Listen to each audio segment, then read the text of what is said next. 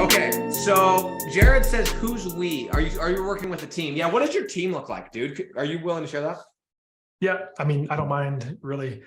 So I had just from my software company, I'm borrowing assets across both now, and I will be splitting this out into its own company altogether, by the way. Um, just from a structure perspective. But we have 23 people on the team right now, and this is all just from an infrastructure perspective. Only one onshore, the rest offshore. And primarily because we're pouring so much back into building out platforms and systems. But to run the operations, I have an ads person, there's me.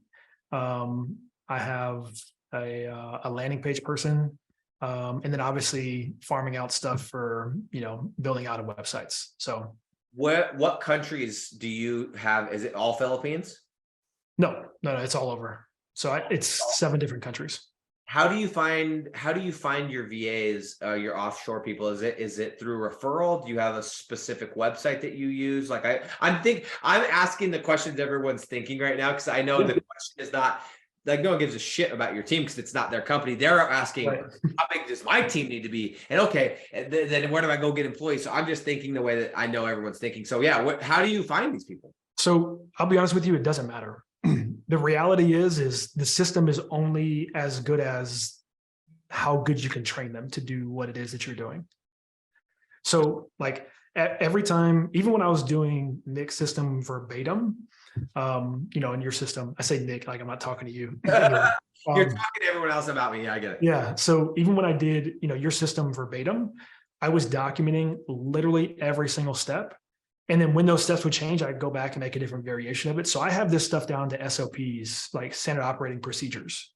I've created videos and documented SOPs for everything with screenshots and everything. So now training even a VA to be almost like a web dev is easy for me because our system allows them to not have to be technical. Does that make sense? Totally. And that's what's fascinating. Like the person that I have, you guys have probably heard me talk about her, Francesca. She's from Italy. English is her second language. She manages my entire operation, and she knew nothing about this stuff a couple of years ago. So like, and I totally agree with you. So we get so hung up in these little teeny details. It's like just what you said.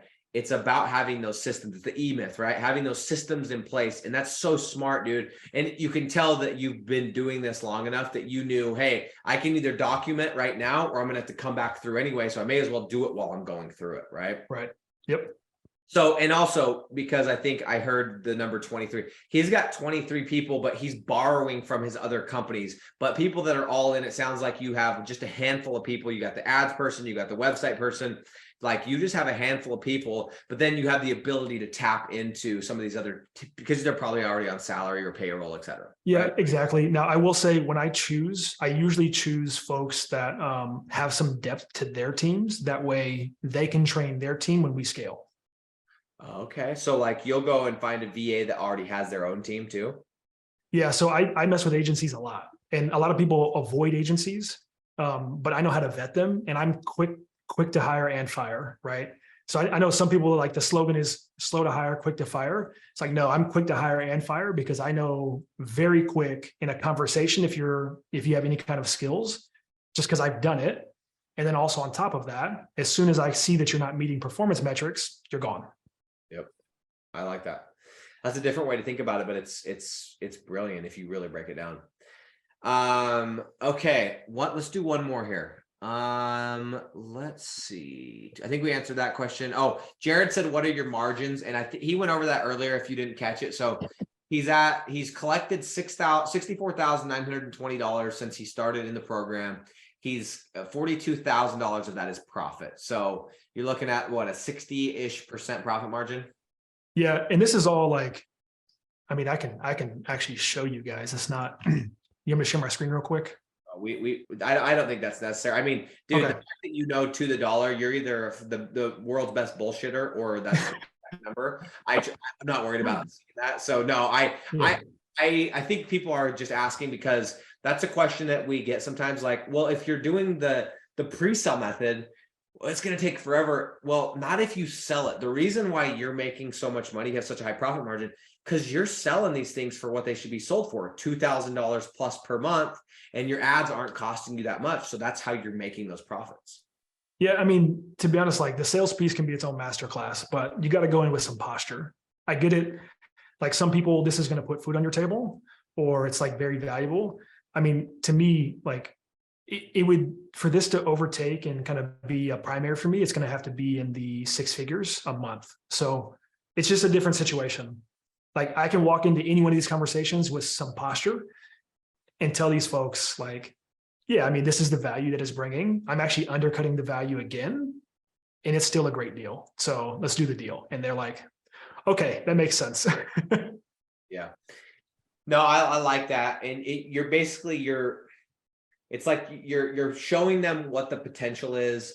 You're letting them know you're giving them a deal, and then you make sure to over deliver. And that's a formula for really good retention. Yeah. Right. Okay. Joe, when you're going into heavy competition area for clients, are you almost operating as an SEO company rather than Nick's system? The answer to that, and you can shed some light on this too, but the answer is no, because you own the asset. Yeah, So, I never operate as an SEO company first. I've only just, I don't mean to cut you off, man, but I've only just started to take on folks who are clients as clients for their stuff. But it's always self-branded. We own the asset. If you go, I'm getting another person to rent this within like a few days. So their loss.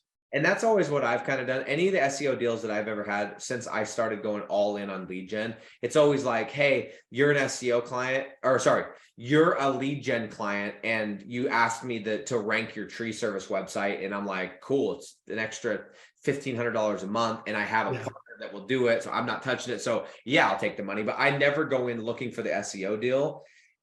So, and one last thing, if you do have SEO deals, you're going to lose them. So make sure right now to take some of those profits and see where you can build a lead gen site, where you can build digital real estate property, so that you can make sure to anchor that client, because that's where you're going to make sure to keep your retention up. Because SEO, they will cancel. I promise. At some point, they will cancel. Yep. Okay. Let me do one more and I'll let you go, dude. This is good. Let's do. Here's a question that somebody asked. I think is really fascinating, and maybe you don't have this pulled up right now. But somebody said, "Can he show an example of his SOP?" Do you have that? Like, would you have it in Kajabi? Like, how do you have your SOP set up? So I've been transforming those over to some new Chrome extensions that automatically document and take snippets while you're just recording. Once they're refined in that, I'm happy to share some. No, I wasn't. Yeah, we don't have time for you to share. I was just asking how you're doing it so that we. Okay. So yeah. So right now they're all just Zoom recordings and just straight documents. So Google Docs. So you have a Google document. It's like, okay, here's how you build a website. Here's step 1, and then here's a video if you don't know how. And then so it's like, it's basically a PDF with inserted videos. Yeah, no inserted videos there. It's a video separate that has the accompanied. Okay, but it has a link. Does it have a link within the PDF that takes them to the video? Yeah. And just so you know, like I do everything first in OneNote. When I'm doing my first set of documentation, it's all in OneNote. Why OneNote? And then Microsoft OneNote, it's just like a Microsoft tool. I think it's free, maybe, I don't know. I have it because of, my businesses, but okay. OneNote just allows you to have a ton of different tabs, and you can have different pages with those tabs and organize. So I have like clients in OneNote for notes. And anyway, OneNote's great. You can use whatever tool you want, but my thing is, as soon as you're about to hand it off to somebody, take it from almost like your notes, which is my OneNote, to something more formal, maybe with a table of contents and, look a little bit better than just like scribbles. And then let them use it and then refine it, because I guarantee you, they're going to have things that need to be updated because you have knowledge that you think they should have. So it's a cycle. It's for sure. Like you're going to go through probably 2 or 3 cycles of an SOP before you get with the final product.